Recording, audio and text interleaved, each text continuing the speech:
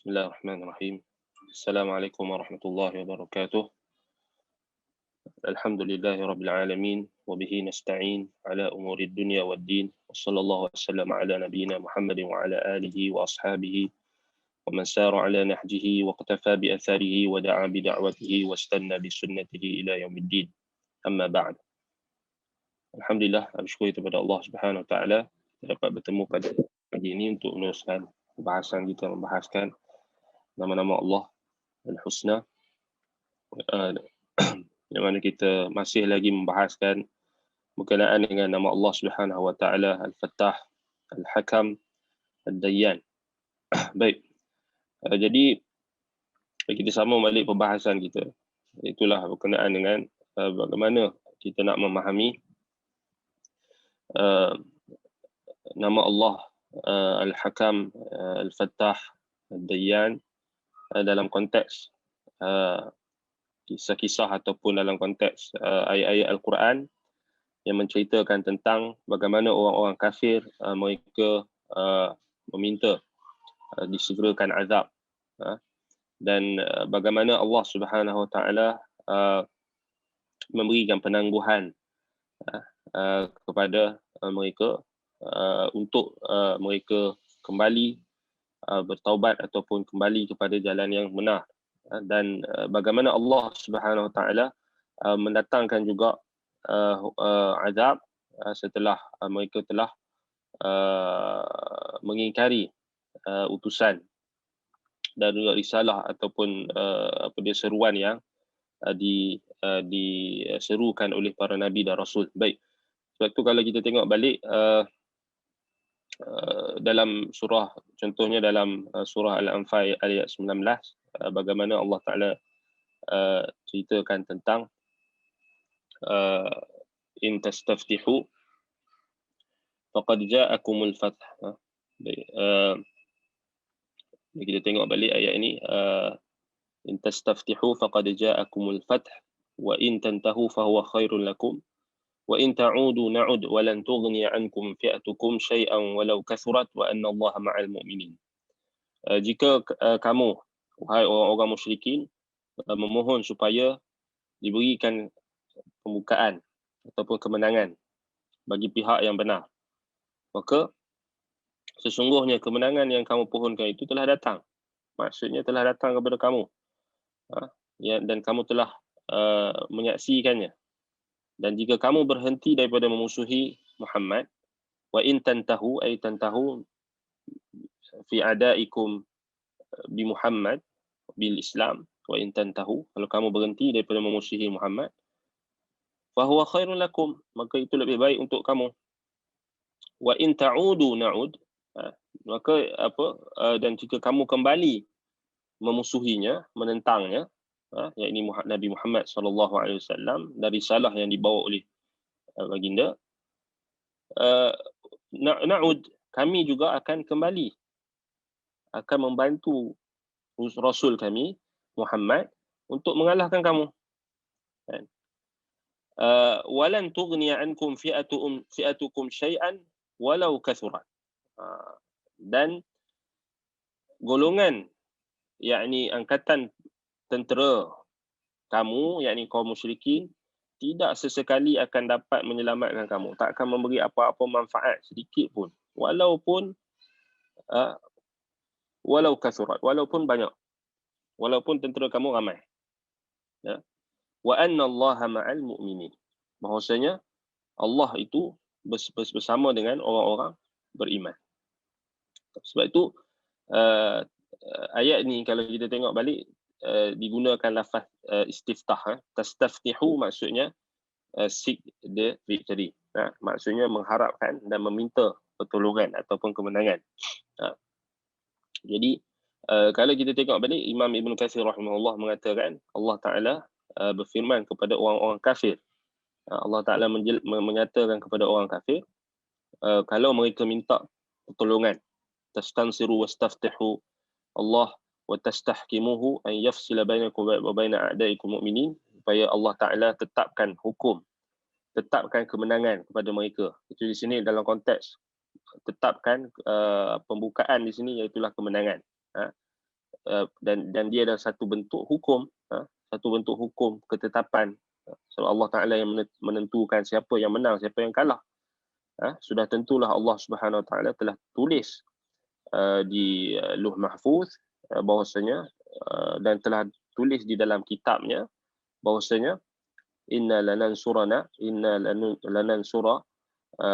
apa dia Allah Subhanahu Wa Taala sebut walladzina amanu, dia Allah Taala sebut apa dia bahwasanya kami akan membantu orang-orang wa kana haqqan alaina nasrul mu'minin. Maka Allah Taala sebut dengan jelas, maksudnya Allah Taala menetapkan kemenangan itu bagi orang-orang beriman. Allah waliyul ladzina amanu yukhrijuhum minadh dhulumati ilan nur. Allah adalah wali, Allah adalah pembela dan penolong bagi orang-orang beriman, dan banyak lagi ayat-ayat. Jadi kalau kita tengok balik, inilah kalau kita tengok ayat ini, kata Imam Ibnu Katsir rahimahullah, seperti mana yang disebutkan oleh Imam Muhammad bin Ishaq daripada Az-Zuhri, Muhammad bin Muslim bin Syihab Az-Zuhri, daripada Abdullah bin Sa'labah, bahwasanya Abu Jahal ketika hari peperangan Badar, Abu Jahal telah berdoa, Allahumma ayyuna kana aqta'u lirrahmi wa atana bima la ya'rif fa'hinhul qadah. Jadi Abu Jahal waktu dalam peperangan Badar diminta dengan doa. So Abu Jahal pun berdoa, orang musyrikin pun berdoa minta dekat Allah ketika mereka dalam keadaan sulit. Kan? So dalam keadaan sulit, dalam keadaan mereka nak minta pertolongan, mereka tak minta dekat Lata dengan Uzza, tetapi mereka minta dekat Allah. So sebab itu kenapa orang musyrikin dulu dia, kalau kita tengok nak dibandingkan dengan orang musyrikin zaman sekarang, orang musyrikin zaman dulu lebih baik. Sebab mereka ketika mereka ditimpa musibah atau ditimpa kesusahan, mereka akan mengikhlaskan doa mereka kepada Allah. Dan ini memang dirakamkan dalam Al-Quran. Wa idza rakibu fil fulki da'u Allah mukhlishina lahuddin. Bila mereka dipukul ombak di dalam kapal mereka di lautan, maka mereka akan berdoa kepada Allah dengan mengikhlaskan agama, mengikhlaskan doa. Hanya mereka minta dekat Allah. Sama juga dalam konteks ini, peristiwa yang berlaku dalam perang Badar, Abu Jahal angkat tangan dan doa, Allahumma ayyuna kana aqta'u lirrahmi wa atana bima la ya'rif fa'ahinhul qadah.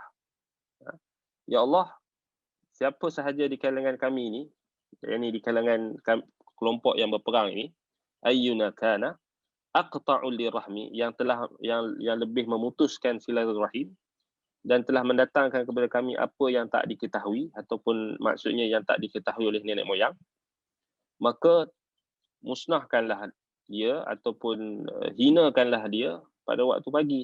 Fa'inul ghadah, maksudnya hinakanlah dia pada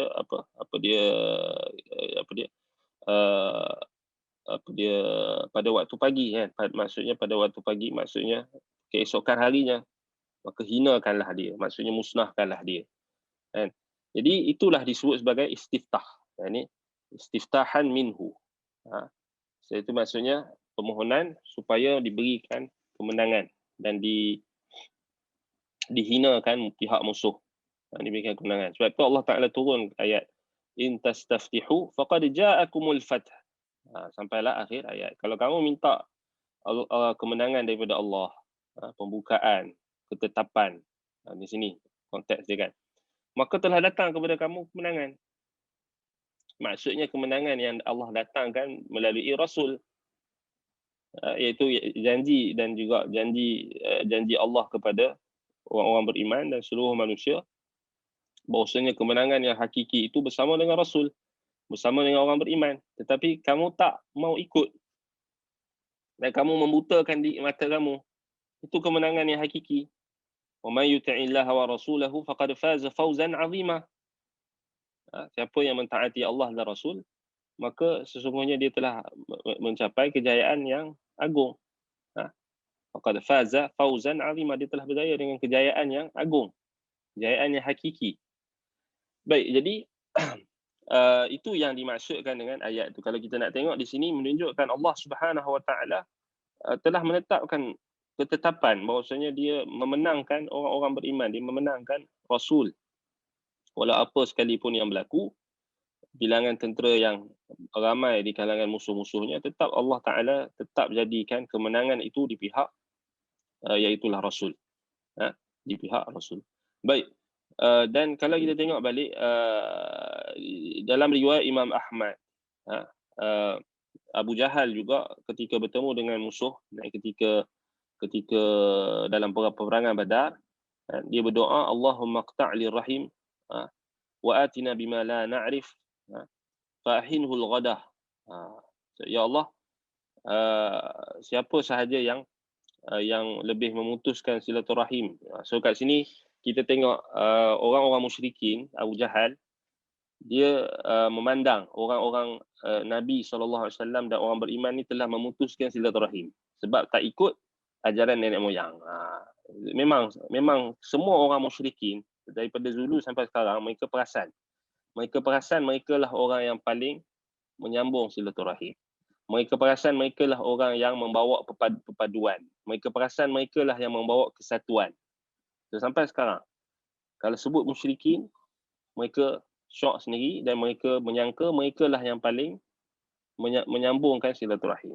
Sebab alasan mereka, kalau kita buat kesyirikan ataupun kita ikut ajaran tradisi nenek moyang, ini kita dianggap sebagai menyambung silaturahim. Siapa yang menentang ajaran tradisi nenek moyang, dia dianggap sebagai pemecah belah masyarakat, pemutus silaturahim. Itu sama sampai sekarang.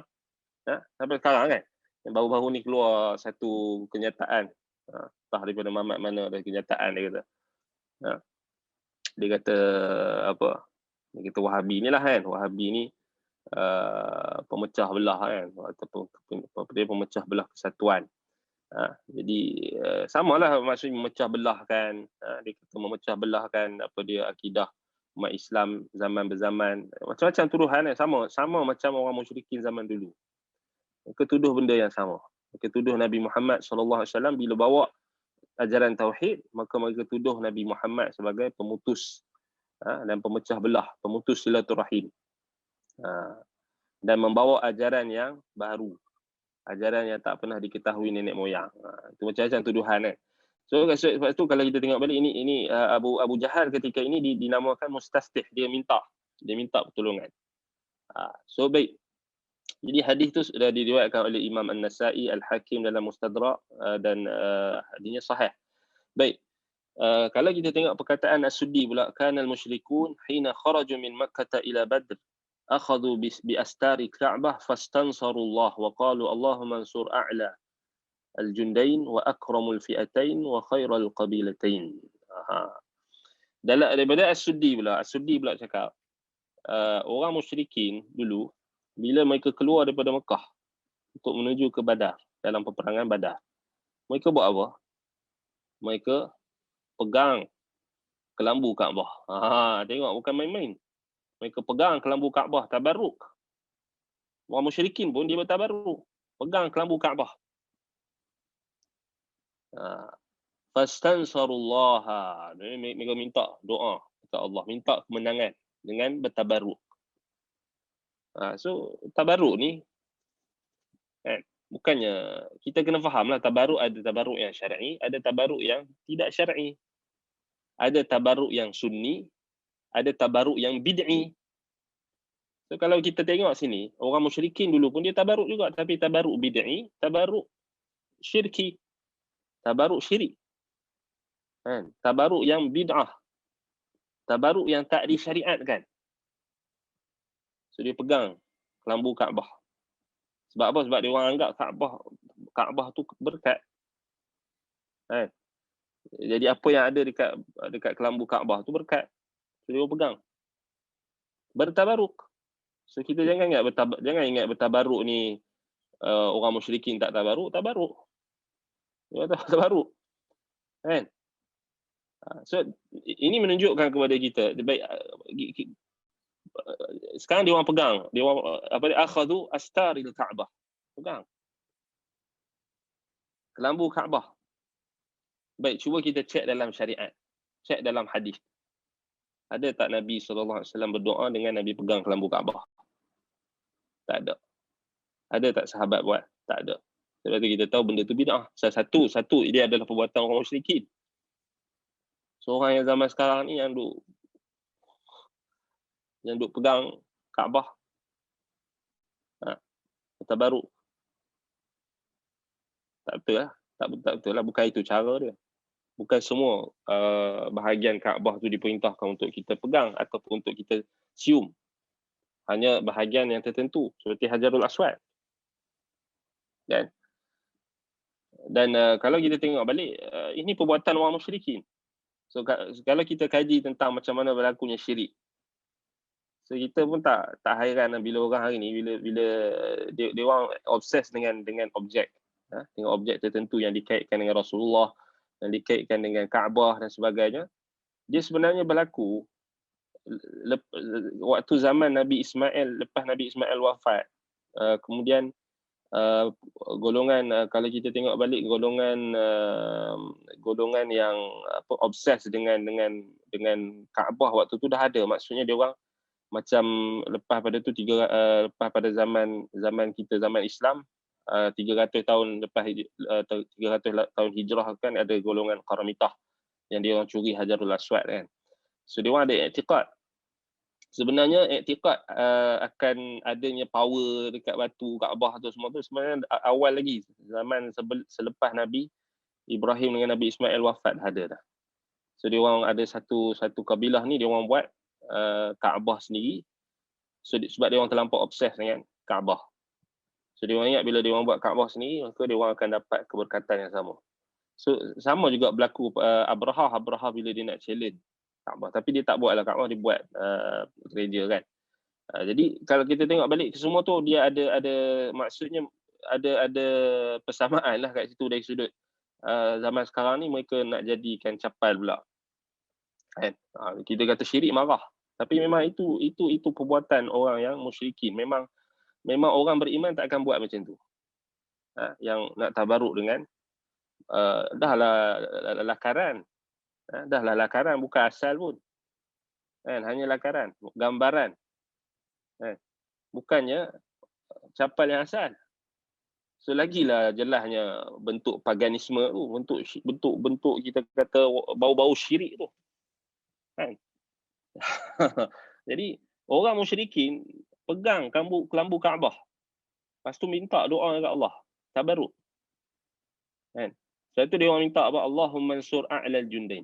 Ya Allah juga. Ya Allah, bantulah, tolonglah dua tentera yang paling tinggi kedudukannya berbanding dua tentera. Maksudnya tentera dia orang lah. Dia orang angkat diri dia orang sendiri.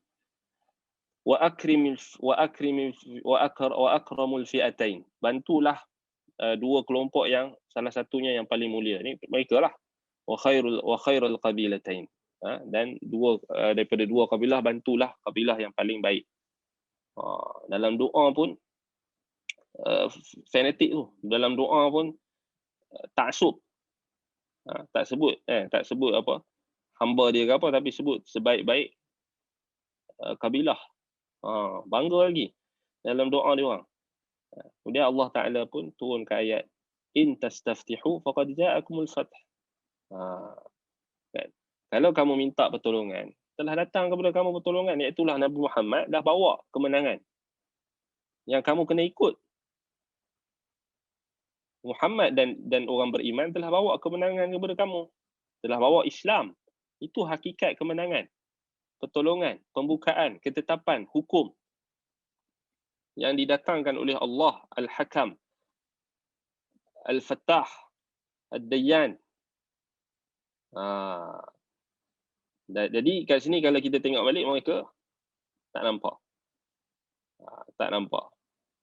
Macam sekarang lah kan. Kita minta Allah Ta'ala bantu kita, tolong kita untuk melawan orang-orang yang sesat. Sesat itu merujuk kepada orang yang bawa ajaran Nabi Muhammad. Kan? Kita dia orang marah kan, marah orang yang bawa sunnah Nabi, tuduh macam-macam. Tapi dia orang tak tahu yang inilah kemenangan yang hakiki, yang dia orang kena ikut. Tapi dia orang tak mau. Dia orang tuduh macam-macam. Tak apalah, tuduhlah. Tapi kemenangan tu tetap bersama dengan orang beriman. Tetap bersama dengan orang-orang yang mengikut sunnah Nabi. yang membawa tauhid, yang membawa sunnah Nabi, kan? Ya, walaupun manusia tak suka, kan? Fal kafirun indama tadiqu suduruhum bil haqq yasta'jiluna an-nihayah wa hadha min ama basiratihim wa hamaqatihim. Orang-orang kafir bila mereka dah sesak dada, mereka dah sempit dada, ha? dengan kebenaran, maka mereka akan minta segera, iaitulah keputusan pengakhiran. Dan ini menunjukkan apa? Betapa butanya pandangan mereka dan kebodohan mereka. Sebab itu dalam ayat lain Allah Ta'ala sebut dalam ayat surah Al-Anfal ayat 32. Kalau kita tengok balik, wa idh qalu Allahumma in kana hadha huwa al-haqq min 'indik, apa dia, fa'amtir alaina hijaratan minas sama'. Baik. Dalam surah Al-Anfal ayat 32, wa idh qalu Allahumma in kana hadha huwa al-haqq min 'indik fa'amtir alaina hijaratan minas sama'i aw i'tina bi'adzabin alim. Ya Allah Ta'ala sebut, dan ingatlah ketika orang-orang musyrikin Mekah berdoa mengatakan, wahai Tuhan kami, jika betul in kana hadha, yakni kalau betul Al-Quran yang dibawa oleh Muhammad ni benar daripada sisimu, fa'amtir alaina hijaratan minas sama', maka hujanilah kami dengan batu dari langit untuk azab. Aw i'tina bi'adzabin alim, ataupun datangkanlah kepada kami azab yang tidak terperi sakitnya. Bring us a painful punishment. Minta azab yang sangat menyakitkan. Rain down upon us stones. So minta turun Allah Ta'ala, fa'amtir alaina hijaratan minas sama', minta turun batu daripada langit. Ini maksudnya mereka minta mustaftihun, mereka istiftah, mereka minta segera azab. Baik. Dan doa ini kalau kita tengok adalah doa yang datang daripada orang yang keras hatinya. Iaitulah apa? Kalau kita tengok menunjukkan kekufuran yang nyata, yang tidak nampak lagi kebenaran. Apabila kekufuran yang kesombongan dan kekufuran itu sudah sebati, maka mereka meminta kemusnahan, meminta azab daripada Allah SWT, disegerakan azab, disegerakan keputusan oleh Allah Subhanahu Wa Taala supaya memusnahkan mereka dan memusnahkan kita kata seluruh manusia. Maksudnya tak kita kata dah tak ada. Maksudnya mereka tak tahu apa kedudukan Allah Subhanahu Wa Taala, dan mereka tak tahu kedudukan mereka. Wa ma qadarullah haqqa qadrih. Mereka tak mengagungkan Allah, mereka tak menghormati Allah. Sebab itu kalau kita tengok balik, orang-orang kafir mereka menentang dakwah Nabi, menentang dakwah Rasul dengan mereka minta segera ketetapan dan hukum. Yang mereka tak ada dah rasa takut dan tak ada dah rasa, kita kata tak ada rasa tak ada rasa tunduk dan patuh. Sebab itu mereka minta disegerakan azab. Sedangkan kebenaran itu datang daripada Allah dan telah ditunjukkan oleh Rasul. Sedangkan itu sebenarnya kebenaran dah terbukti kebenaran di hadapan mereka, lalu mereka minta azab pula. Kalaulah Quran ni benar, turunkanlah azab. Minta bukan nak bertaubat, minta turun azab. So ini maksudnya perangai orang-orang musyrikin Mekah, orang-orang kafir, mereka segera minta azab, sedangkan sedangkan mereka adalah orang-orang yang tidak beriman dengan risalah dan tidak beriman dengan seruan yang dibawa oleh Nabi Muhammad sallallahu alaihi wasallam. Baik. Kemudian dalam ayat yang lain kalau kita tengok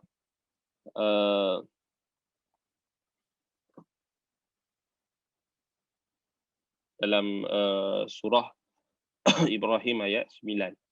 Alam ya'tikum naba'ul ladzina min qablikum qaum Nuhin wa 'adin wa Thamud wal ladzina min ba'dihim la ya'lamuhum illa Allah. Ja'atuhum rusuluhum bil bayyinat faraddu aydiyahum fi afwahihim wa qalu inna kafarna bima ursiltum bihi wa inna lafi syakkim mimma tad'unana ilaihi murib. Apa dia Allah Subhanahu wa taala sebutkan berkenaan dengan orang-orang musyrikin ini, apa dia alam ya'tikum naba'ul ladzina min qablikum, mengapa kamu masih berdegil, masih tak mahu lagi menerima kebenaran dan nasihat? Bukankah telah datang kepada kamu khabar, berita dan naba' orang-orang yang terdahulu daripada kamu, min qablikum, iaitulah kaum Nuh, kaum 'Ad, kaum Thamud, serta orang-orang yang terkemudian daripada mereka. Tiada sesiapa pun yang mengetahui bilangan mereka melainkan Allah. Mereka telah didatangi oleh rasul-rasul mereka dengan membawa keterangan-keterangan yang nyata. Ja'atuhum rusuluhum bil bayyinat. Datang rasul-rasul kepada mereka yang diutuskan kepada mereka membawa petunjuk. Lalu mereka membalas faraddu aydiyahum fi afwahihim. Lalu mereka meletakkan tangan mereka ke mulut mereka sambil berkata, sesungguhnya inna kafarna bima ursiltum bihi wa inna lafi syakkim mimma tad'unana ilaihi murib. Sesungguhnya kami kufur, kami ingkar, kami kufur apa yang diutuskan kepada kamu membawanya. Dan sesungguhnya kami adalah orang yang dalam keadaan yang kami meragui terhadap iman dan tauhid yang kamu ajarkan kepada kami. Syakkim bima tad'unana ilaihi murib. So, maksudnya mereka menunjukkan kesombongan. Kemudian kalau kita tengok balik, mereka menolak dan menentang kebenaran. Sebab itu Allah Taala sebut dalam ayat dalam ayat yang berikutnya, dalam ayat 13 surah Ibrahim, wa qala alladhina kafaru li rusulihim lanukhrijannakum min ardina aw lata'udunna fi millatina. Katalah orang-orang kafir kepada rasul-rasul mereka, lanukhrijannakum min ardina, kami akan menghalau keluar kamu daripada bumi kami, daripada negeri kami. Aw lata'udunna fi millatina. Ataupun kami paksa kamu untuk patah balik kembali kepada ajaran nenek moyang, agama kami. Maka di sini kalau kita tengok balik, inilah mereka orang-orang yang kafir, mereka takkan pernah menyerah kepada Allah atau menyerah diri kepada Allah dengan beriman kepada para rasul. Sebaliknya mereka menggunakan senjata yang mereka ada, iaitulah antaranya mereka minta disegerakan azab dan mereka mengancam dengan ancaman-ancaman yang keras dan ugutan-ugutan yang bersifat kita kata memusnahkan. Ugutan nak bunuh, menghalau, nak paksa. Itulah. So sama macam sekarang pun guna kuasa. So dah tak ada hujah. Guna kuasa, ugut, kan? Ugutan. Demikianlah golongan-golongan yang disebut sebagai orang-orang musyrikin dan ahli batil. Baik, kemudian Allah Subhanahu Wa Taala sebut dalam ayat dalam surah Ibrahim ayat 13 sampai 17 kalau kita tengok, ataupun ayat 17, fa auha ilaihim rabbuhum lanuhlikanna adh-dhalimin ولنسكننكم الأرض من بعدهم ذلك لمن خاف مقامي وخاف وعيد واستفتحوا وخاب كل جبار عنيد وخاب كل جبار عنيد. Baik, kemudian Allah Taala sebut poinnya di sini. Allah Taala, kita tengok ayat dalam ayat 13 tu, orang-orang kita dah baca tadi. Kemudian Allah Ta'ala kata walanuskinannakumul arda min ba'dihim dzalika liman khafa maqami wa khafa wa'id. Dan demi sesungguhnya kami akan tempatkan kamu di negeri itu sesudah binasanya kaum yang zalim itu, balasan yang baik demikian adalah bagi orang-orang yang takut akan sikap keadilanku. Zalika liman khafa maqami wa khafa wa'id. Dan orang yang takut kan akan janji dan azabku. Orang yang takut apa dia akan balasan Allah, dan orang yang takut akan janji-janji azab. Allah janji akan datangkan mereka, akan tempatkan mereka di tempat orang-orang yang dibinasakan itu. Iaitulah apa, akan menjadi pengganti yang terbaik di tempat yang telah ditetapkan. Kemudian kalau kita tengok ayat yang ke-15, Allah Ta'ala sebut wastaftahu wa khaba kullu jabbarin an. Ini poin ayat kita nak kaitkan dengan nama Allah Al-Fattah, Al-Hakam, Al-Dayyan. Al-Fattah di sini daripada Al-Fattah. Maksudnya wastaftahu, dan rasul-rasul serta orang beriman memohon pertolongan kepada Allah. Kat sini orang rasul dan orang-orang beriman minta pertolongan. Wastaftahu, istaftahu. Baik. Wa khaba kullu jabbarin anid. Apa kesan bila nabi, bila rasul dan orang beriman minta pertolongan? Apa kesan dia? Wa khaba kullu jabbarin anid. Bila nabi dan rasul, bila nabi, rasul dan orang beriman minta pertolongan kepada Allah, wa khaba kullu jabbarin anid, maka akan musnahlah, akan kecewalah, akan celakalah, akan musnahlah bagi tiap-tiap orang yang sombong, takabur, lagi bersikap degil dalam keingkaran. Bila start Allah Ta'ala dah tetapkan hukuman, Allah Ta'ala dah turunkan kebenaran, dan Allah Ta'ala tetapkan keputusannya, yakni dia Allah Al-Fattah,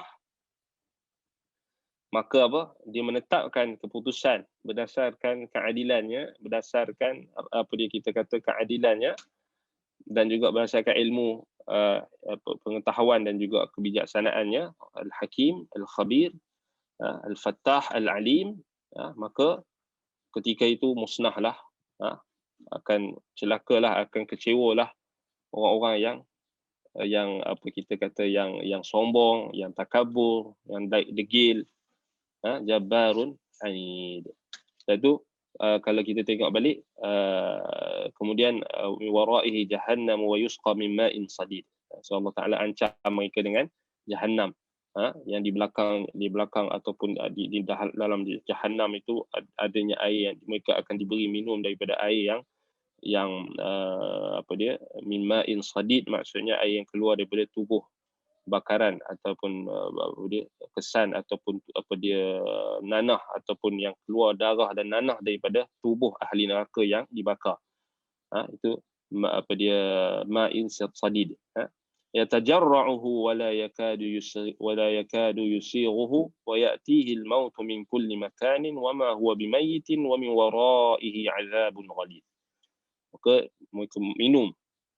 mereka minum dengan apa, terpaksa, dan hampir-hampir tak dapat boleh diterima oleh tekak, kerana busuknya, kerana dahsyatnya, kerana teruknya air yang mereka minum itu, dan ia didatangi dengan penderitaan maut dari segala arah, sedang dia tak mati pula. Tak boleh mati dalam neraka, supaya dia tak terlepas daripada azab. Dan selain itu ada lagi azab yang dahsyat lagi. Wa min waraihi azabun ghalidh. Yang Allah Taala tak cerita ada lagi azab yang dahsyat. So kalau kita tengok balik, itulah antara azab yang sangat dahsyat yang Allah Ta'ala berikan kepada orang-orang yang mereka minta disegerakan azab, dan Allah akan bagi pada waktunya. Bila sampai pada waktunya, Allah Ta'ala akan bagi azab kepada mereka. Wal'iyadzubillah, na'udzubillahi min zalik. Kita mohon perlindungan kepada Allah daripada hal tersebut. Baik. Sebab tu kalau kita tengok azab yang paling dahsyat, antara azab yang dahsyat bila minum daripada ma'in sadid, ataupun dalam surah Al-Kahfi tu kal muhli yashwil wujuh. Maksudnya macam timah yang dibakar. Timah yang dibakar maksudnya macam emas ataupun perak yang dibakar. Sebab tu Abdullah bin Mas'ud radhiyallahu an, dia tanya sahabat dia tanya anak-anak murid dia, kamu tahu macam mana? Kamu tahu macam mana ahli neraka akan diazab dengan air tu, dengan air nanah dan sebagainya tu? Macam Ibnu Mas'ud pun suruh anak murid dia ambil perak dan juga emas, jongkang perak dengan emas, kepingan perak emas, kemudian dibakar. Kemudian bila dibakar tu dia melebur, kemudian Ibnu Mas'ud kata macam itulah. Maksudnya dituangkan ke dalam mulut. Macam itulah maksudnya dia akan musnah. So kalau kita tengok balik dalam tamadun-tamadun lampau, antaranya macam orang-orang Parsi, orang-orang Majusi, mereka buat macam tu juga. Mereka seksa orang dengan mereka memanaskan kepingan emas ataupun perak ataupun besi, timah, lalu mereka tuang ke dalam mulut musuh mereka ataupun orang yang mereka nak seksa. Itu banyak berlaku. Sebenarnya Allah Ta'ala, sebenarnya azab tu asalnya azab yang dahsyat dalam neraka, tapi mereka praktikkan, mereka buat pada orang di dunia. Tapi mereka tak sedar, mereka pun akan kena macam tu juga, kan? Wallahul musta'an. So itu dahsyat lah kan. Kita bayangkan maksudnya ma'in sadiq ni, kita kata air daripada bakaran, daging ahli neraka.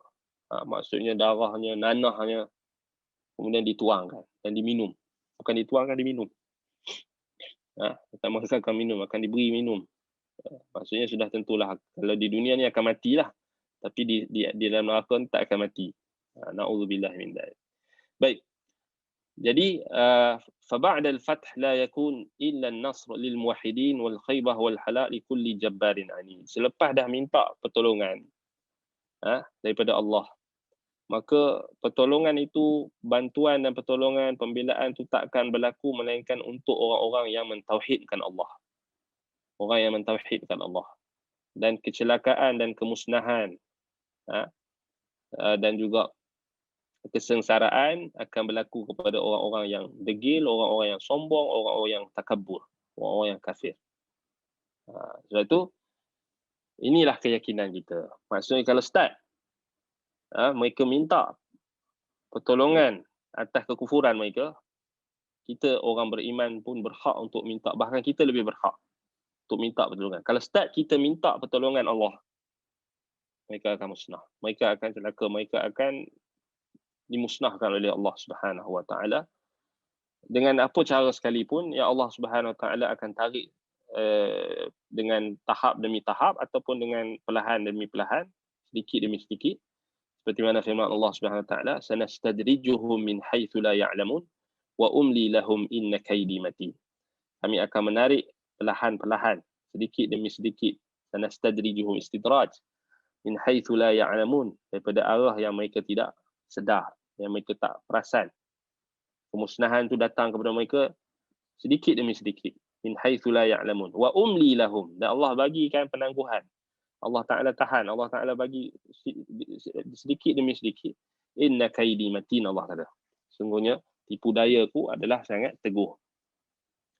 Jadi macam mana sekalipun orang-orang yang menentang Rasul, menentang Tauhid, menentang iman, menentang Islam, mereka tetap akan dikalahkan oleh Allah. Bagaimana cara sekalipun Allah akan kalahkan mereka.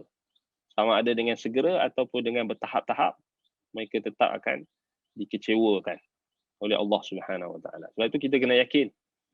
Sebab itu bila ada orang yang ahli batil ni, kalau sampai ke tahap dia dah tahap fitnah dia tu dahsyat, ataupun kita kata pemusuhan dia, penentangan dia tu dahsyat. Sebab itu kenapa dalam syariat kita, dalam sunnah Nabi kita SAW disyariatkan untuk mubahalah. Mubahalah tu salah satu bentuk istiftah. Maksudnya kita minta Allah Ta'ala hukum. Kita minta Allah Ta'ala tetapkan. Tetapi taklah dibuat dengan tergesa-gesa. Kan? Tetapi bila dah nampak orang, contohnya kita bagi contoh yang mudah lah. Bila dah ditegakkan hujah, bila dah isu berkenaan dengan di mana Allah, kan, sudah sebenarnya dah banyak dah asatizah, dah banyak dah orang-orang ahli ilmu dah bahaskan, kitab pun dah banyak dah diterjemahkan, diterbitkan, ditahqiq, kitab lama, kitab-kitab baru ditulis, disebarkan. Bukan tak boleh baca, boleh baca, dalil-dalil dah ada lengkap, tetapi tetap sombong. Maksudnya boleh tak diajak mubahalah sampai tahap boleh. Kalau dah melampau sangat, punya fitnah pula ahli sunnah, fitnah ahli tauhid, boleh dicabar mereka untuk mubahalah. So cabaran mubahalah itu sebenarnya adalah bentuk istiftah. bentuk kita minta pertolongan daripada Allah. Itu satu bentuk istiftah.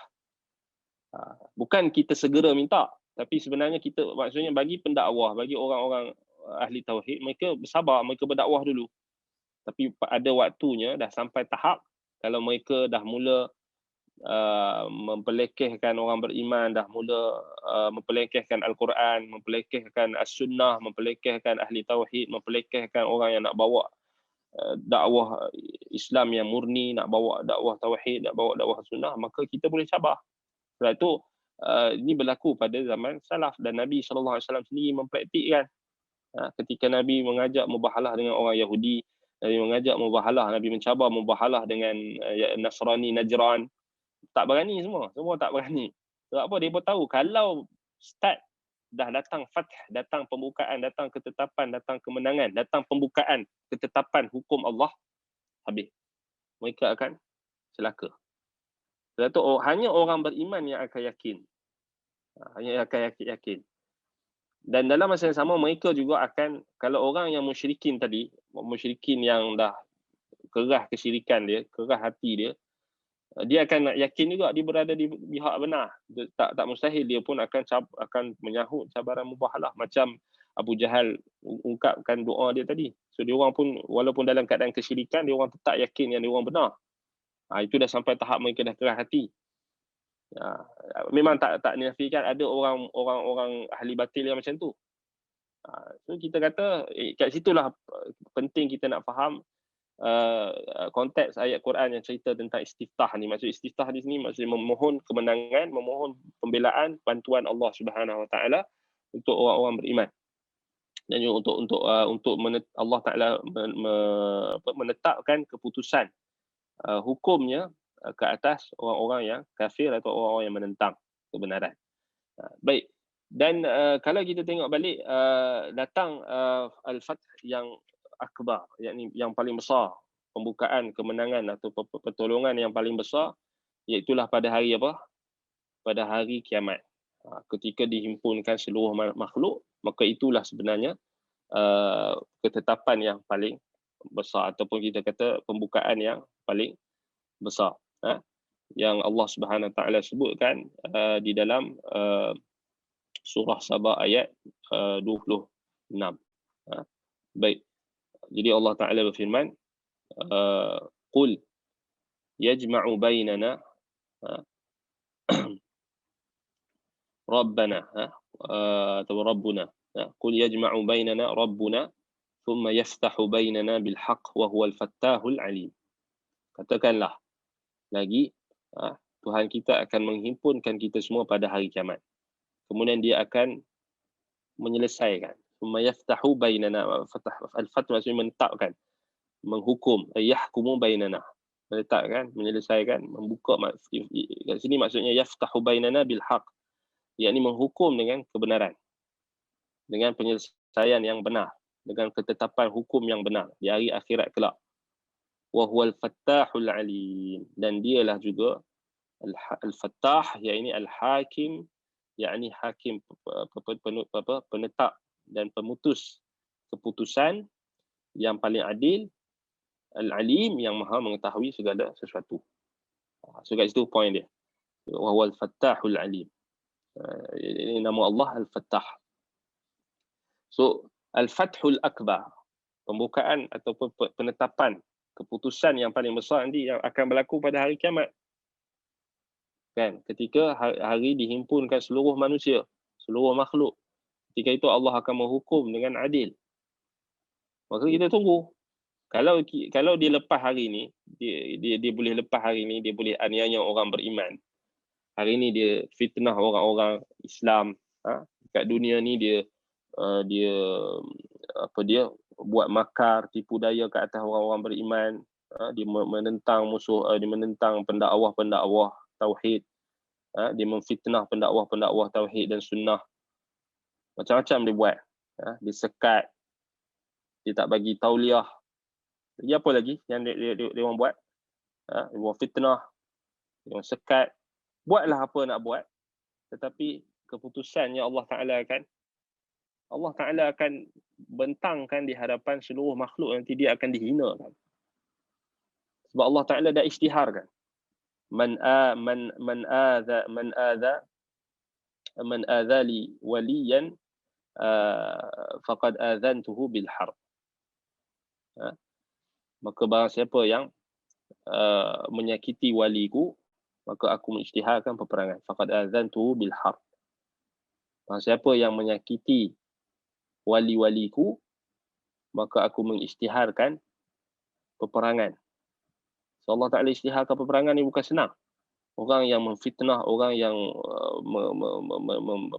dia menuduh pendakwah yang mengajak kepada sunnah, yang mengajak kepada tauhid, orang yang menyekat ilmu, orang yang menyekat ahli ilmu, mereka boleh lepas kat dunia ni dengan pangkat jawatan mereka ada, boleh sekat macam-macam. Mereka boleh fitnah, mereka boleh buat ni, buat tu. Mereka boleh gam dia, mereka boleh gini. Tetapi kat akhirat nanti mereka boleh buat apa? Mereka tak boleh buat apa. Sebab itu pembukaan ketetapan, keputusan yang benar, yang paling besar sekali adalah di hari akhirat kelak. Sebab itu orang beriman dia takkan takut, dia yakin dia akan diadili. Walaupun orang yang kafir ataupun orang yang jahat tadi, orang yang menentang kebenaran tadi, mereka lepas di dunia ini, tetapi di akhirat kelak mereka takkan lepas. Fallahu azza wa jalla huwal fattahul alim. Ya Allah Subhanahu wa taala al-fattah al-alim. Dia yang menetapkan keputusan, dia yang menghakimi dengan penuh keadilan. Al-fattah. Kita bincang maknanya sebelum ni. Al-alim, yang maha mengetahui. Maksudnya al-hakimul adilu al-alimu bihaqaiqil umur. Dia yang menentukan dan menghukum keputusan dengan adil dan mengetahui segala perkara. Ad-dayyan alladhi yujazi kulla fariqin bi'amalihi. Ad-dayyan pula lebih pada dia membalas. Ad-dayyan maksudnya dia membalas, iaitulah apa? Bagi setiap kelompok akan amalan mereka yang mereka telah laksanakan, mereka telah lakukan. So tu ad-dayyan, kita ingat ni senang je. Ad-dayyan ni kita nak ingat maliki yaumiddin. Maliki yaumiddin tu ad-dayyan. Dia yang memiliki hari pembalasan. Ad-dayyah. Itu maksud dia. Mudahnya nak ingat ad-dayyan ni apa? Ad-dayyan ni maliki yaumiddin. Berdasarkan dari segi bahasa, kita kata inna lamadinun. Apa dia Allah Ta'ala sebut? Inna lamadinun dalam surah Saffat. Idza mitna wa kunna turaban wa 'idhaman inna lamadinun. Itu dari segi bahasa. Adakah sesudah kita mati dan menjadi tanah dan tulang, adakah kita akan dihidupkan semula serta dibalas apa yang telah kita lakukan? Ini inna lamadinun. Daripada situ, dari sudut bahasa. Maliki yaumiddin. So ad-dayyan tu maksudnya itulah, yang membalas. Ad-dayyan dia maksudnya dia dah menetapkan keputusan, pembalasan, hukum, keputusan berdasarkan ilmunya, berdasarkan keadilannya, berdasarkan apa dia pengetahuannya yang menyeluruh, yang mengetahui segala sesuatu, maka dia membalas bagi setiap kelompok atau setiap pihak yang berbalah ataupun yang menentang kebenaran, pihak yang ada di atas kebenaran dan juga selainnya, maka Allah Ta'ala akan hukum dan Allah Ta'ala akan balas. Hukum dan balas. Dayyan lebih pada membalas. So Allah Ta'ala akan balas setiap kelompok tu berdasarkan amalan mereka. Sebab itu Allah Ta'ala sebut dalam Al-Quran, dalam surah Al-Zalzalah, ataupun kalau kita tengok dalam kalau kita tengok dalam surah Ar-Rum, ayat 14 dan 16, Allah Ta'ala kata, wa yawma taqumus sa'atu yawma idzin yatafarraqun. Yawma idzin yatafarraqun. Wa yawma taqumus sa'ah wa yawma taqumus sa'atu yawma idzin yatafarraqun. Dan semasa berlakunya kiamat, ketika berlakunya kiamat pada hari tersebut, mereka pada hari itu akan berpecah kepada dua kumpulan. Yatafarraqun akan berpecah pada dua kumpulan. Setelah selesainya perbicaraan, فأما الذين آمنوا وعملوا الصالحات فهم في روضة يحبرون. فأما الذين آمنوا وعملوا الصالحات فهم في روضة يحبرون. Adapun kumpulan orang-orang yang beriman dan orang yang beramal soleh, mereka akan ditempatkan di taman syurga. Yuhbarun, dalam keadaan yang bersukaria. Yufrahun. Yuhbarun, yufrahun. Mereka akan bergembira. Yafrahun. Yuhbarun, maksudnya mereka akan bergembira, bersukaria, berbahagia, menikmati kenikmatan yang ada dalam syurga. Wa ammal ladina kafaru. Allah kata wa ammal ladina kafaru wa kadzabu bi ayatina wa liqa'il akhirah fa ulaika fil 'adzabi muhdarun. Adapun orang-orang yang kafir dan yang mendustakan ayat-ayat kami dan pertemuan tentang hari akhirat, maka mereka itu akan berada di dalam azab. Dan mereka akan didatangkan azab. Muhdarun, akan didatangkan azab kepada mereka. Di dalam kubur mereka akan didatangkan azab. Muhdarun. Daripada kubur lagi mereka akan didatangkan azab. Jadi apa dia? Itulah apa? Ketetapan Allah. Itulah Al-Fathul Akbar. Sebab tu bila kita sebut beriman kita dengan nama Allah Al-Fattah, kita kena yakin. Al-Fattah, Al-Hakam, Ad-Dayan. Kita jangan rasa sedih dan jangan rasa berputus asa bila kita ditekan, bila kita difitnah, bila kita kita bawa kebenaran, orang tak suka, maka kita tahu orang menentang kita dan sebagainya, walaupun kita dah bagi nasihat mereka masih lagi menentang dan sebagainya, maka kita yakin Allah Al-Fattah, Al-Hakamu, Ad-Dayan. Allah yang menetapkan keputusan.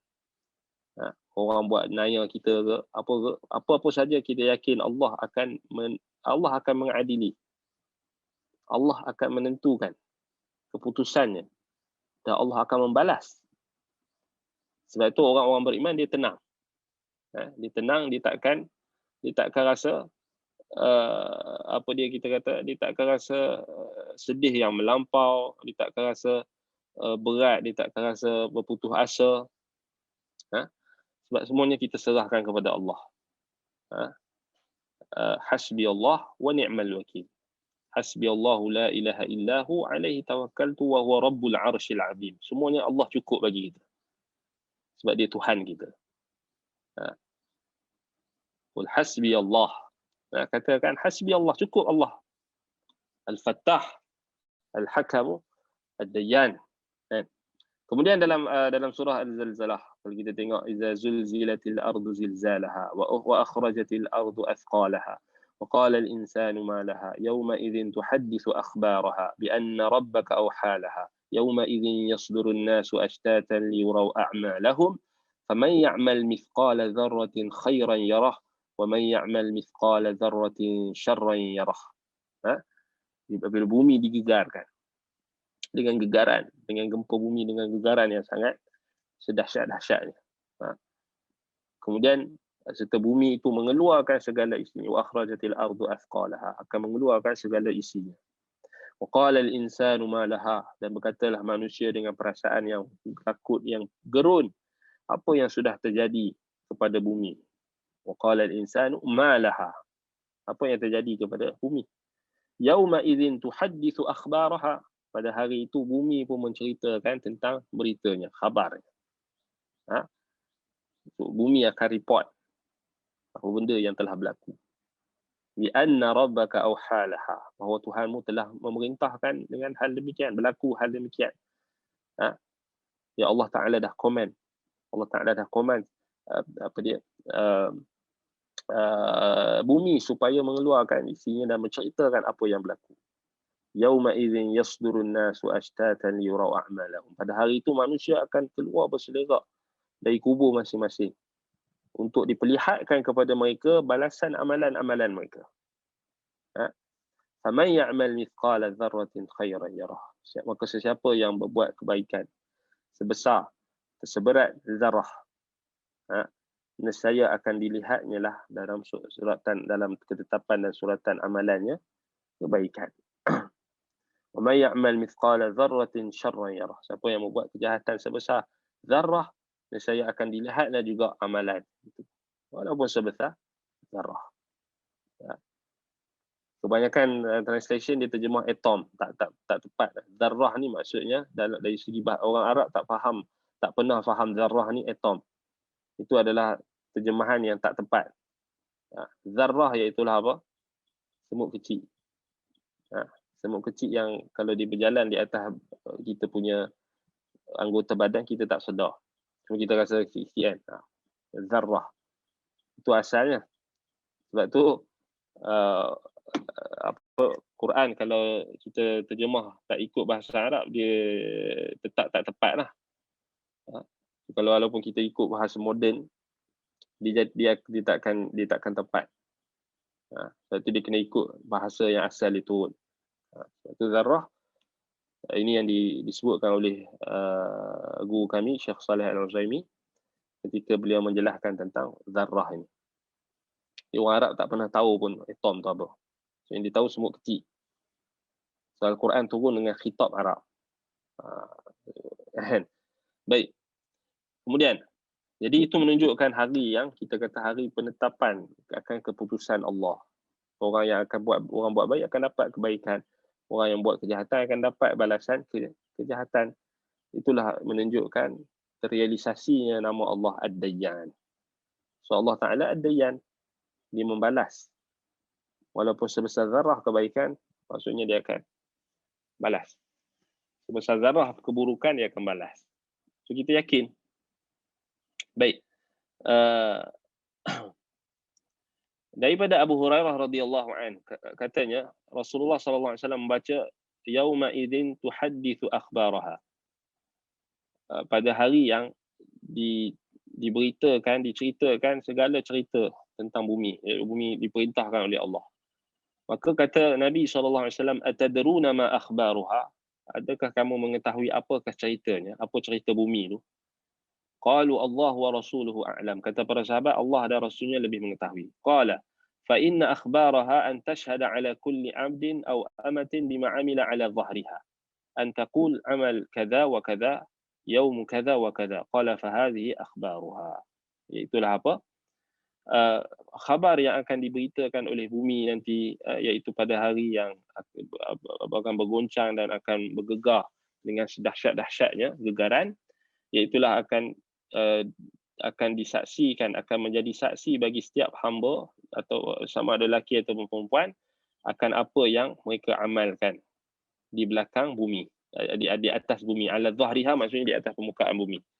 So maksudnya bumi akan menjadi saksi.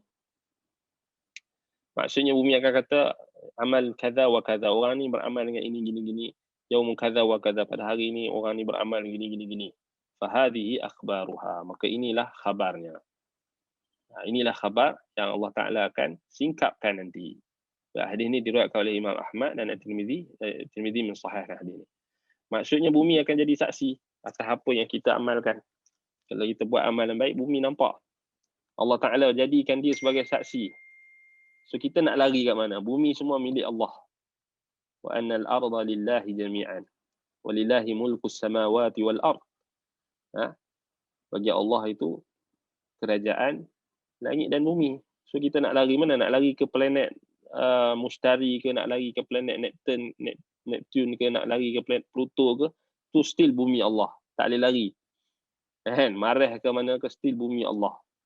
Tak boleh nak lari kat mana, nak lari. Cari bumi yang bukan bumi Allah Ta'ala cipta. Tak jumpa lah kita. Tak boleh. So Allah Ta'ala jadikan saksi. Sebagaimana Allah Ta'ala jadikan saksi pada anggota badan kita. Apa dia? Al-yawma nakhtimu ala afwahihim wa tukallimuna aydihim wa tashhadu arjuluhum bima kanu yaksibun. Pada hari yang Allah Ta'ala akan tutup mulut. Al-yawma nakhtimu ala afwahihim. Mulut mereka akan ditutup. Tak cakap dah. Dulu kat bumi pokpek boleh bagi alasan gini. Al-yawma nakhtimu ala afwahihim. Pada hari itu Allah Ta'ala tutup mulut mereka, tak boleh cakap. Al-yawma nakhtimu ala afwahihim wa tukallimuna aydihim. Tangan mereka akan cakap. Tangan kita akan bercakap. wa tashhadu arjuluhum bima kanu, dan akan menjadi saksilah kaki-kaki mereka ni akan apa yang mereka kerjakan. Allah Ad-Dayyan, Al-Fattah, Al-Hakam. Baik, jadi itu ketetapan dia. Sama juga macam ayat, kalau kita tengok, maka hukum Allah Ad-Dayyan, maka dia menjadikan bumi akan menjadi saksi, lisan akan menjadi saksi, kaki kita akan menjadi saksi, kulit kita pun akan menjadi saksi. Untuk apa? Untuk menegakkan hujah dan memutuskan segala keuzuran. Itulah hukum Allah. Al-Hakam, Al-Fattah, Ad-Dayyan. Allah Ta'ala berfirman dalam surah An-Nur ayat 24 hingga 25. 24 dan 25. Yauma tashhadu alaihim alsinatuhum wa aydihim wa arjuluhum bima kanu ya'malun yauma idzin yuwaffihimullahu dinahumul haqq wa ya'lamuna anna Allaha huwal haqqul mubin. Pada hari yang dijadikan saksi ke atas mereka lidah-lidah mereka, lisan-lisan mereka, tangan-tangan mereka, kaki-kaki mereka, bima kanu ya'malun, atas apa yang mereka telah kerjakan. Yauma idzin yuwaffihimullahu dinahumul haqq. Pada hari tersebut Allah telah menetapkan agamanya. Maksud agama din ini ad-dayyan. Allah Taala yang menetapkan balasannya yang benar. Wa ya'lamuna anna Allaha huwal haqqul mubin. Mereka mengetahui bahwasanya Allah itulah al-haqqul mubin. Yang benar, ketetapan dan juga yang lebih nyata akan hukum dan ketentuannya. Wa yawma yuhsyarul a'da'ullahi ila an-nari fahum yuz'un hatta idza ma ja'uha shahida 'alaihim sam'uhum wa absaruhum wa juluduhum bima kanu ya'malun. Pada hari Allah menghimpunkan musuh-musuh Allah ke neraka, mereka dibahagikan. Ketika itu mereka dibahagi-bahagikan kedudukan mereka, hatta idza ma ja'uha shahida 'alaihim sam'uhum wa absaruhum wa juluduhum. Sehinggalah mereka Allah akan jadikan saksi, iaitulah pendengaran mereka, penglihatan mereka, kulit-kulit mereka, bima kanu ya'malun, menjadi saksi atas apa yang mereka lakukan, apa yang mereka kerjakan, amalan yang mereka kerjakan di dunia. Wa qalu li juludihim lima syahidtum alaina. Maka mereka pun tanya dekat kulit-kulit mereka, apa yang kamu saksikan ke atas kami? Qalu macam mana kamu boleh jadi saksi kepada kami? So orang kafir akan tanya dekat kulit-kulit mereka, lima syahidtum alaina, macam mana kamu boleh bagaimana kamu boleh menjadi saksi ke atas kami? Kamu adalah kulit kami. Qalu antaqana Allahu alladhi antaqa kulla shay'in wa huwa khalaqakum awwala marrah wa ilaihi turja'un. Kulit-kulit menjawab, qalu antaqana Allah.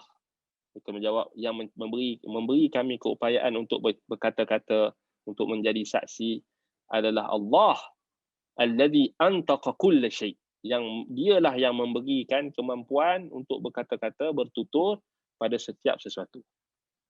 Wa huwa khalaqakum awwala marrah wa ilaihi. Dan dialah yang mencipta kamu pada awalnya, pada waktu yang terawal yang kamu dicipta, dan kepada dialah kamu akan dikembalikan. Wa ma kuntum tastatiruna an yashhada alaikum sam'ukum wala absarukum wala juludukum walakin dhanantum anna Allah la ya'lamu katsiran mimma ta'malun wa dhalikum dhannukum alladhi dhanantum bi rabbikum ardaakum fa asbahtum minal khasirin. Dan Allah Taala sebutkan tentang sangkaan mereka. Mereka menyangka Allah Taala tak tahu. Allah Taala tak tahu apa yang mereka buat waktu gelap, apa yang mereka buat waktu bersendirian. Apa yang mereka buat di belakang orang-orang beriman yang mereka rancangkan tipu daya makar. Mereka sangka Allah Taala tak tahu apa yang kebanyakan yang mereka telah buat, apa yang mereka kerjakan. Sedangkan yang menjadi saksi kepada mereka adalah penglihatan mereka, pendengaran mereka, dan juga kulit-kulit mereka. Dan mereka menyangka bahawasanya Allah tak tahu apa yang mereka buat. Dan demikianlah sangkaan mereka terhadap Tuhan mereka itu yang salah, menyebabkan mereka musnah, mereka celaka, maka menjadilah mereka orang-orang yang rugi, kan? Jadi inilah kalau kita tengok balik macam mana terrealisasinya hukum dan keputusan Allah terhadap amalan-amalan yang telah Allah Ta'ala catatkan dan Allah Ta'ala tulis dan catatkan dengan lengkap dan dengan terperinci, iaitulah dengan melalui dijadikan Allah Ta'ala jadikan saksi-saksi di kalangan kulit-kulit kita, dengan kulit-kulit mereka dan juga kita kata pendengaran dan penglihatan, semuanya akan menjadi saksi. Bumi akan menjadi saksi. Demikianlah juga kulit-kulit kita ni semua akan menjadi saksi di hadapan Allah kelak. Sebab itu jagalah qu anfusakum wa ahlikum nar. Jagalah diri kita, jagalah anggota badan kita ni daripada menjadi bahan bakaran api neraka. Sebab itu kalau kita tengok balik, itulah kenapa Allah Ta'ala mensyariatkan ibadat, mensyariatkan puasa. Ya ayyuhalladzina amanu kutiba alaikumus siyamu kama kutiba alal ladzina min qablikum la'allakum tattaqun. Jadi semuanya adalah untuk kita bertakwa kepada Allah, supaya kita menjadikan ibadat kita itu sebagai perisai yang menghalang kita untuk dimasukkan Allah ke dalam api neraka yang dahsyat azabnya, wal iyad billah, na'udzubillah min zalik. Nasallallahu salamata wal afiyah. Baik.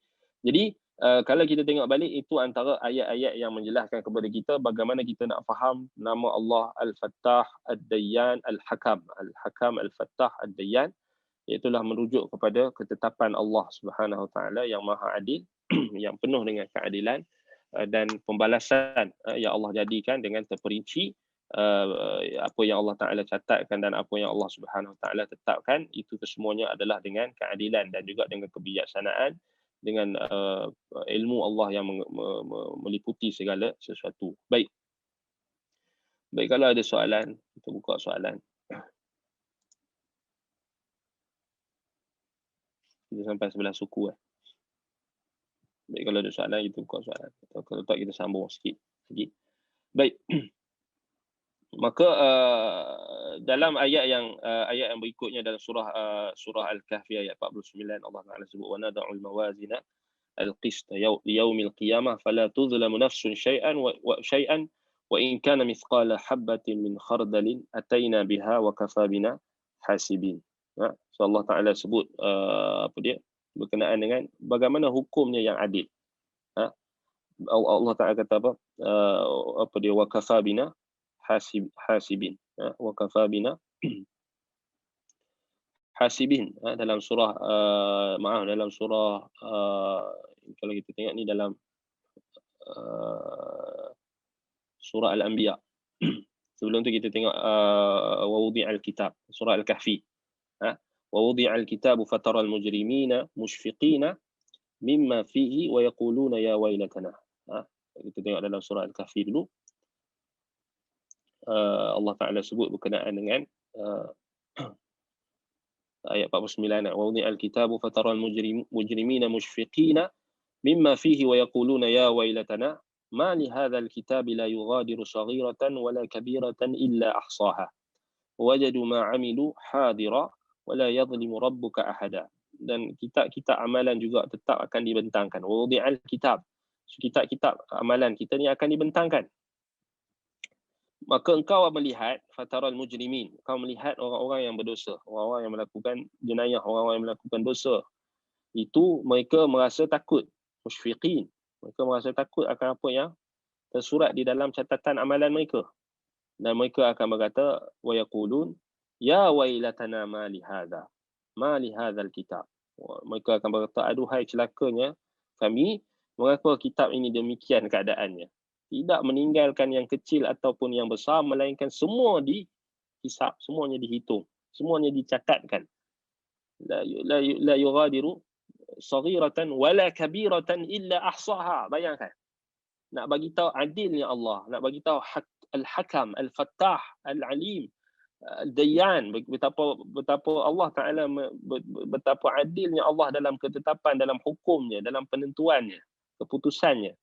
Terhadap hamba-hambanya, Allah Ta'ala catat sekecil-kecil perkara. La yughadiru saghiratan wala kabiratan illa ahsaha. Tak ditinggalkan walaupun sekecil perkara ataupun sebesar-besar perkara, semuanya dicatat. Jangan main-main. Jangan main-main. Wajadu ma 'amilu hadira. Dan mereka mendapati segala yang mereka kerjakan itu telah tertulis. Telah tertulis hadira. Tersedia, tertulis. Wala yadhlimu rabbuka ahada. Dan Tuhanmu tidak berlaku zalim pun kepada seseorang. Tak pernah berlaku zalim. Ingatlah. Maksud ayat tu, ingatlah. Tuhanmu tak pernah berbuat zalim kepada mana-mana orang, mana-mana makhluknya. Tak pernah zalim. Jadi kenapa kita nak tiba-tiba orang yang beriman dengan nama Allah Al-Fattah, Al-Hakam, Al-Dayyan, dia takkan pernah mempersoalkan adilkah Allah? Adilkah Allah? Ini perangai orang-orang yang tak beriman dengan nama-nama Allah ni. Orang-orang yang tak kenal Allah. Selalu kita dengar kan, adilkah Allah dia mengadab orang kafir yang baik ini. Ini menunjukkan dia jahil tentang Allah. Orang macam ni dia tak payah cakap, dia kena pergi mengaji dulu, dia kena belajar tentang, dia kena kenal Allah dulu. Sebelum dia nak cakap macam tu, dia kena kenal Allah dulu. Dia kena pergi mengaji Quran dulu. Baca ayat ni. La yadhimu rabbuka ahada. Allah Taala tak pernah, Tuhan kamu tak pernah apa? Tak pernah menzalimi siapa-siapa pun, sebab Allah Taala dah catat setiap perkara. Dan Allah Taala dah bagi pilihan, dah bagi keupayaan untuk mereka pilih. Allah Taala bagi kudrah kepada makhluk untuk buat pilihan. Allah Taala tak paksa. Allah Taala boleh paksa, tapi Allah Taala tak paksa. Allah Taala bagi iradah. Allah Taala bagi masyiah kepada manusia. Wa ma tasyauna illa an yasha Allah. Allah Taala bagi kehendak. Allah bagi mereka kehendak. Mereka pilih, boleh pilih. Sama ada nak jalan petunjuk atau jalan kesesatan. Sama ada nak ikut hawa nafsu ataupun nak ikut petunjuk daripada Allah. Allah bagi pilihan. Tetapi ternyata mereka buat pilihan yang salah. Dan mereka pilih jalan yang membawa mereka ke dalam neraka, maka Allah Ta'ala tetapkan mereka ahli neraka. Walaupun, dan itu bertepatan dengan ketetapan Allah sejak azali. Nampak? Jadi tak payahlah kita nak buat macam acah-acah macam kononnya adil kan. Adakah Tuhan zalim, adakah Tuhan adilkah Allah? Tak payahlah, tak payah. Memang Allah Taala adil. Memang Tuhan kita tak pernah zalim, senang cerita. Jadi buat apalah engkau nak terikut-ikut perkataan orang kafir yang mudah mempertikaikan Tuhan dan sebagainya. Tak payah ikut. Tak payah ucapkan perkataan tu, tak payah sebut. Adakah Allah adilkah Allah, zalimkah Allah, tak payah.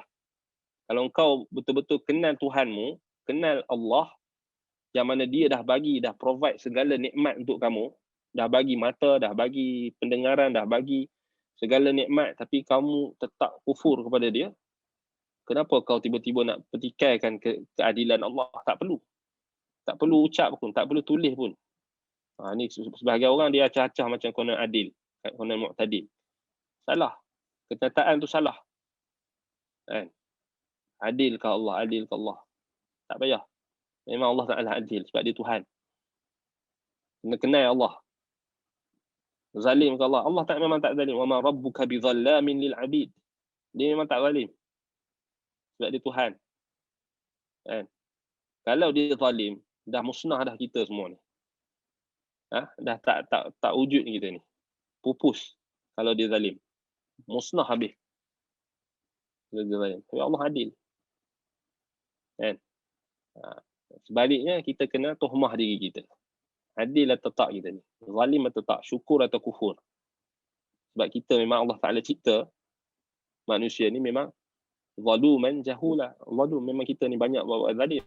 Sebab tu kenapa nak talakan kepada Allah. Nak tala kepada Tuhan. Nak tuduh Tuhan pula zalim. Tuduh diri kamu sendiri. Kerana kamu memang dicipta. Allah Ta'ala memang cipta kita ni memang zalim. Kecuali yang Allah rahmati, Allah bimbing, Allah petunjuk, mereka akan mendapat petunjuk. Kan? Sama macam dalam surah Al-Anbiya, wa nadha'ul mawazina al-qista liyaumil qiyamah fala tuzlamu nafsun syai'an wa in kana mithqala habatin min khardalin ataina biha wa kafa bina hasibin. Allah Taala kata apa? Apa dia?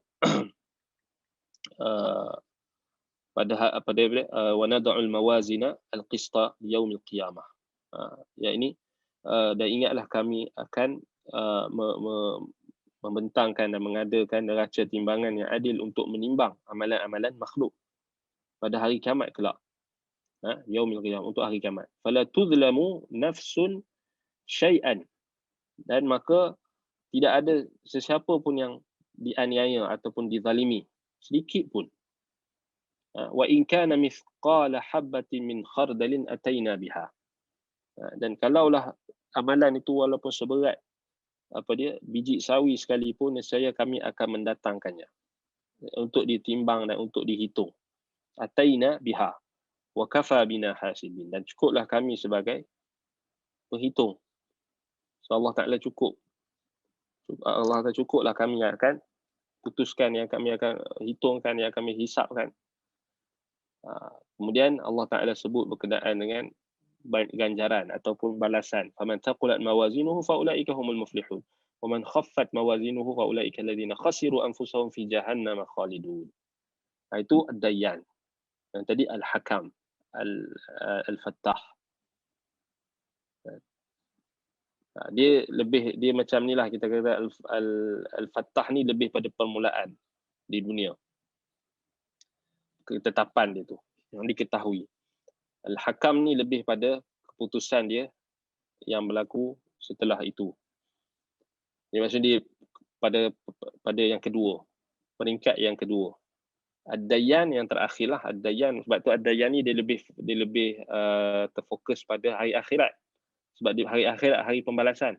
Di dunia Allah Ta'ala tak balas lagi. Walaupun ada bentuk pembalasan dalam bentuk di dunia pun ada Allah Ta'ala balas. Tetapi dia tak berapa jelas, dia tak berapa, kita kata dia tak menyeluruh.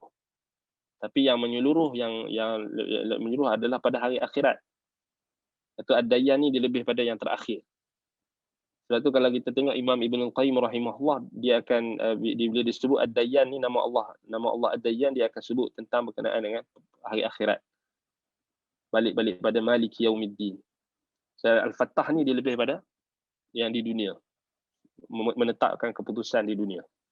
Al-Hakam pertengahan ataupun di jalan, sama ada dia maksudnya di antara Al-Fattah tadi dengan Ad-Dayyan. So itu maksudnya